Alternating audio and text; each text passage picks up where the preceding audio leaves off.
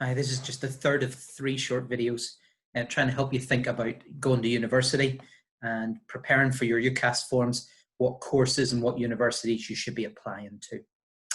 The UCAS forms thankfully allow you quite a lot of options. You can apply for several courses, and that's great. It keeps your options open for a while. But we're going to think about what courses you might choose. And this isn't independent of the university that you want to go to. The university you might want to go to might only have a limited set of courses, or if you're not sure what university you want to go to, which course you're really interested in might be a huge factor in which university you go to. Does that make sense? The two go together. But think about what kind of course you're interested in. Here's some factors that significantly impact what course you should be trying to do. Firstly, there's the rule, the entry requirements. If you can't get in, there's no point doing a course if you can't get into meet the requirements to get in. And I know they're there for a reason, and I know that the standards that people set are arbitrary, and it's a wee bit weird, but it's important that you know that you can at least get close or make an effort to get the entry requirements. If there's course which requires you to have 4 A's at higher, and you have done in 5th year and got 1 A and some C's and things, they're going to assume that you're not going to suddenly jump up and get a whole bunch of A's in 6th year. And so there's really that kind of pressure then on the university to keep their standards high, and they will probably not accept you into a course if they don't think you're going to meet the entry requirements. So it is a rule, it is how it works, and entry requirements are important. So have a think about that. The same course might be available at several universities with different entry requirements, and that's good. You can, first of all, choose and apply for the same course at 3 different universities. Let's say you're interested in human resources and there's 3 universities that do it. You can put them down as different choices on your list. And the highest grade, the hardest one to get in, maybe goes at the top of your list, but maybe that's not the one you actually want to go to. Maybe you put the one with the second highest grades, but it's the one you really want to go to. So entry requirements are important. You want to not be so stressed about your next set of exams that it'll screw you up and mess you up inside. Let's aim for a course that we want to try and get to, and something we can achieve. So think about the entry requirements for courses. But that's kind of a law, a rule. You have to get the entry requirements to get into a course. That's the only real rule. The question then is, what suits you? And the rest of it really is thinking about what you're good at, what you enjoy, and what fits with who you are, and who you'd like to be, and what you'd like to do. So my first point here is try something you're good at. If you're good at mathematics and have never really done very well in languages, studying language at university is going to be very, very difficult, and it's going to be taxing, and you're not going to enjoy it. If you're no good at mathematics, then you probably shouldn't be doing a course at university in engineering, physics, mathematics, something that's really intensely mathematical.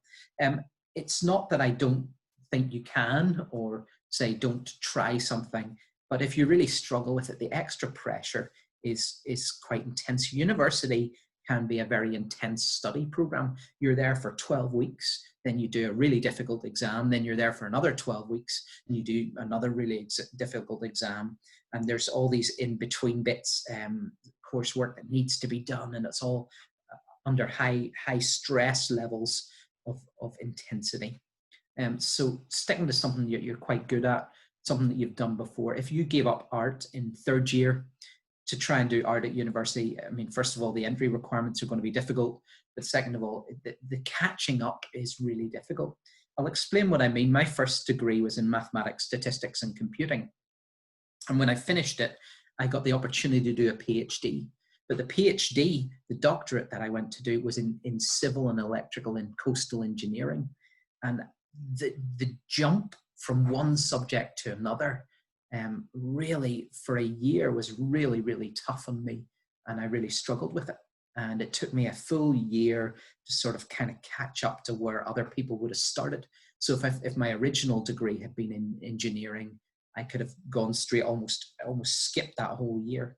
However, after that, because I'd done mathematics and computing, I could bring something completely different to my doctorate than somebody who'd just done the engineering. So I'm not saying you can't try things, but I'm saying something you're good at, something that you've been doing is a good process, and it makes it easier to get into university. The next thing is to think about, well, what you're comfortable with. University is a huge change in your life. It's got these very intense terms and then these massive long holidays. The term times are so intense with sports, with music, with nights out, with people you're meeting, with study, with all these things that you're supposed to try and grasp hold of. On top of that, you're trying to learn all the basic skills of how to look after your money, how to live away from home, how to do your washing, how to cook, how to manage your life, how to have a car, how to do a job, all these other things that are on top of you. So doing a course that's wrecking you is very difficult. So I would say do something that you really enjoy doing. And that's different from what you're good at.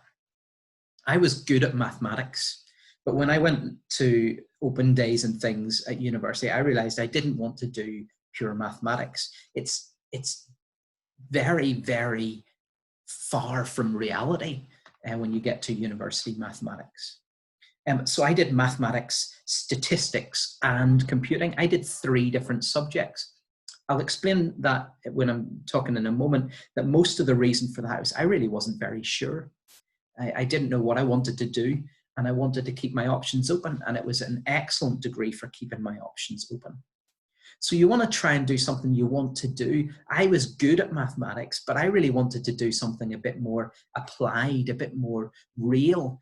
And the degree I did was really interesting. I got some parts of it were really, really amazing for me. I did some mathematical work that was helpful, but some of the statistics I really enjoyed. I could have got a job in computing. I was a good computer programmer. I tried all these different programs, and my thesis in my final year was really quite interesting. I actually studied tennis data and looked at tactics and strategies from a bunch of statistical numbers, which I really enjoyed. So what you enjoy should also come into it. If you're really good at physics, but don't enjoy it, don't do it. You'll find it difficult, and you'll not want to be there, and it will add to the weight that you carry around. So I would suggest maybe you're good at physics, but you don't really enjoy it. Something like engineering is a very applied kind of physics, a real sort of physics.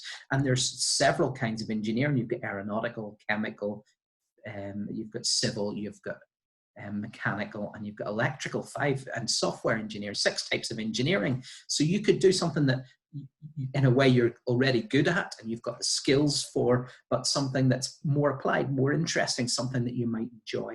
You might instead say, well, I'm good at physics, but actually I really enjoy something completely different. I understand that. So find something that you enjoy as well as something that you're good at. But as well as that, you want to find a level that you can handle. Scotland, you get your university places free. When I was in Northern Ireland, there were people who my brother was very capable. He went away, he was really smart, and he went away to Warwick University, but he could easily have gone to Oxford or Cambridge. He was the top of his year at school, kept getting A's, made me look stupid. I'm okay with that. I've got a PhD, so I'm not an idiot. But he is really, really smart. Now, the opportunity to go to big courses like Oxford, Cambridge, do the really intense, serious things, or to study things like medicine or something that you know will be really intense. I understand the prestige of it, but the prestige isn't what you need. You need something you can do. And if you think, I would love to be doing medicine, but then realize actually the intensity of medicine as a course, it's a whole bunch of years from 5 to 7, depending on how you see it. And it's a whole lot of intense study. It's harder work than any other course at university.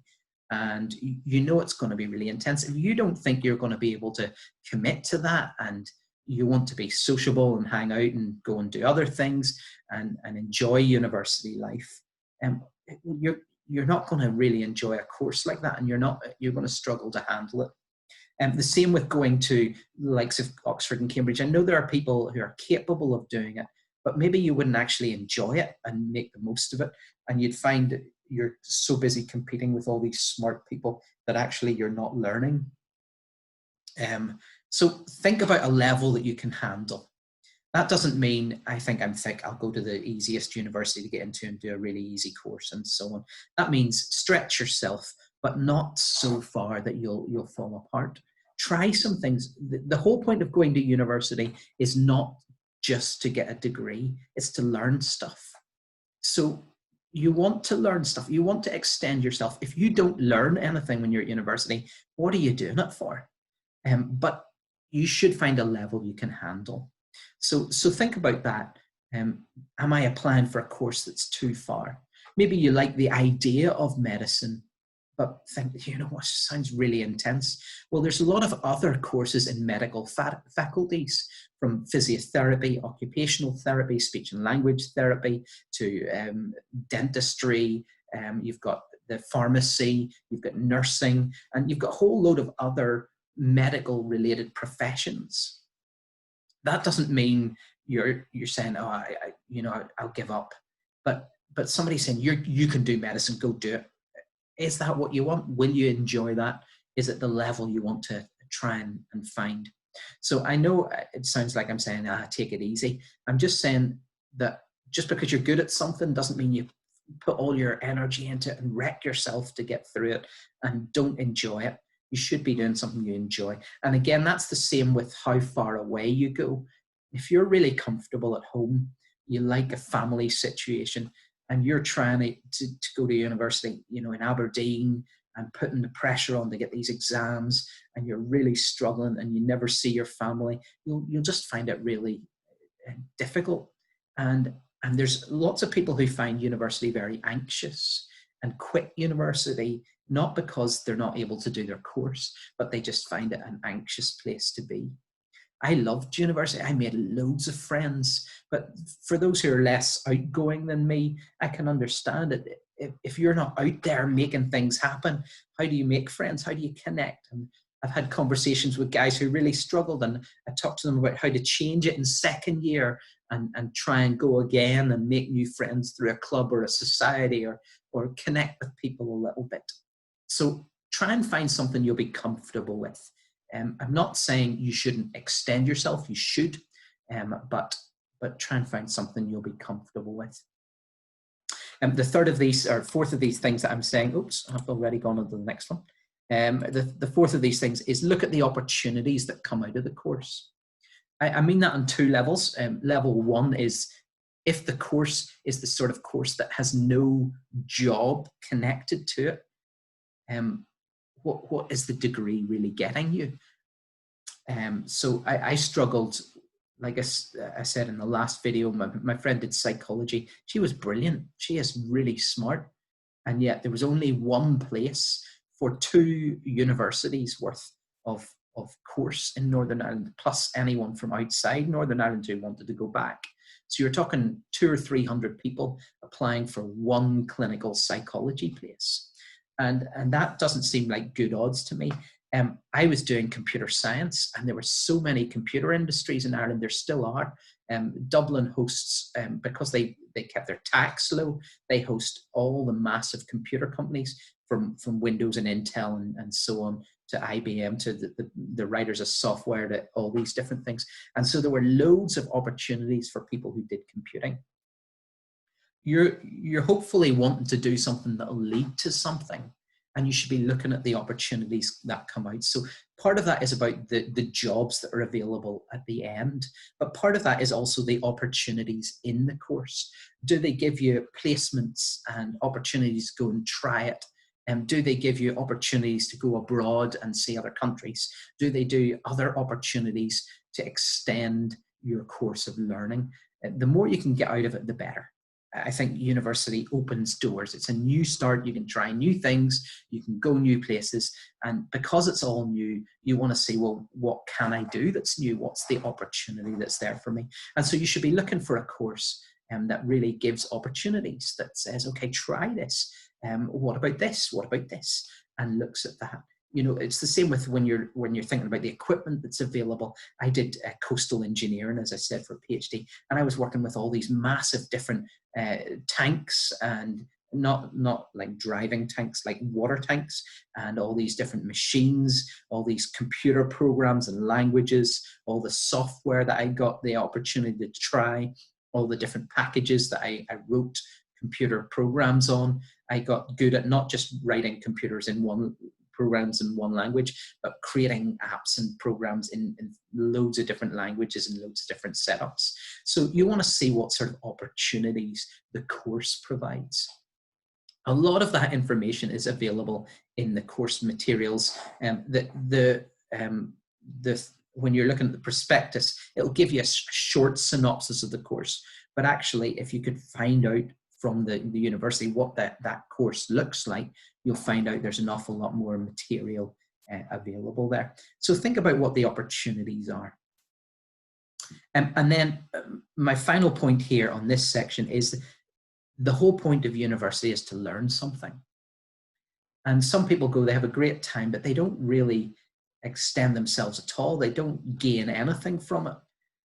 They maybe get a degree, and the degree says you are capable of such and such, but they haven't learned and grown. I learned so much in my degree because I put all these pieces together. The final thesis I did was really interesting. There was work from all these different areas, and I could combine that. So think about what it is you're going to gain out of the process. Is it just I'm going to get this qualification, or is it actually I'm going to work in partnership with this, this company, or do these different programs? One of my friends, for example, a really good friend of mine, he was studying multimedia design, and one of the things the course had as part of it was they got different companies to come in, and the students would bid for their website, and they would all create attempts at a website for these different companies, and all the multimedia design they would put into the websites for these companies, and then the company would choose their favorite and actually pay the student for that website and the design that they'd done. Now that was an amazing opportunity, because it wasn't just you can design a website. It was this company is looking for a website and will pay you for it. And actually, my friend, he won this competition for at least one of the websites, and he was employed regularly to maintain it and update it and work with that company. Started his own company when he left university, and has other clients and so on, designing multimedia things for lots of people. So you want to say, well, what are the opportunities and what can I actually gain and learn? If I'm not getting a lot out of this, what's the point? So you want to get something from university. Yes, you want to go and have a good time. Yes, you want to go and party. Yes, you want to go and meet people. But actually, you should be learning something. That's the point. Okay, so there are a few things I would say to those who are a little less sure. If you're not sure what courses you should try, well, here's a little bit of guidance for you. And some of that's based on my experiences and those I've talked to and I've struggled with university. First of all, keep your options open. If you're applying for UCAS, you can put a whole bunch of courses down. Now, you could choose a university you really want to go to and put a bunch of different courses they do. And that might be one way of doing it. Or you can choose several universities that do the same course. Or you can choose a variety and a mixture of both. I applied home and away. From Northern Ireland, there were 2 universities in Northern Ireland. I applied to both of them for different subjects. I applied to similar subjects in Scotland and in England. I applied for courses that had different options and things I was good at, but things I thought I might enjoy, related to mathematics mostly, because that's what I was good at, but actually I enjoyed other things more than I enjoyed the maths. So almost all the courses I applied for were maths with something, or applied mathematics and something, or in case of the course I did, mathematics, statistics, and computing. And my brother, the genius, he did mathematics, operations, research, statistics, and economics, and works for the government doing mad statistical analysis stuff. But there we go. Keep your options open. Apply for some different courses. It gives you time to think about it and to see how you're feeling about it. And so it's a good plan to not just say, right, I've decided I'm going to do blah. I'm going to do, product design. And then go to a bunch of universities, apply for the product design course, and that's it. Maybe that is what you want to do and you're certain about it. Okay, go for that. But if you're unsure, keep your options open. As I said, I chose multi-subject courses. Look at them because it does continue to keep your options open after you get there. And I could have, in final year, focused on the computing, focused on the mathematics, or as I did, I focused on the statistics, because actually I'm good at statistics, even though they're all made up numbers. But, I like making up numbers, so it's all good times. And actually, since university, I've done a whole load of survey things. I've got jobs out of doing statistics and computer programming and different analysis, but I could have focused on any of the three areas. And so doing multi-subjects allows you then to leave those big decisions about what you're going to do for the rest of your life till later. Now, nobody does the same job for 60 years anymore. That's the way it was in my parents' generation. In my generation, even people change jobs quite a lot. But your generation, it's so common to change jobs, to try different things, to do different stuff. So keep your options open and look at multi-subject courses if you're not sure. If you don't know what you want to do a couple of things so that you're not saying, well, that's it, that's all I've got. I even found that at school it was difficult. In the rest of the UK, you do A-levels, and most people do 3. And that's it. That's your 3 subjects for 2 years. And you've dropped every other part of school. And I feel like that was too early. I didn't know what I wanted to do at 15 or 16 or what I'd be good at or what jobs were out there. I was just a kid and chasing a football, woo. So I didn't know what to do. And so I actually did 4 A-levels because it kept my options open. I wanted more options.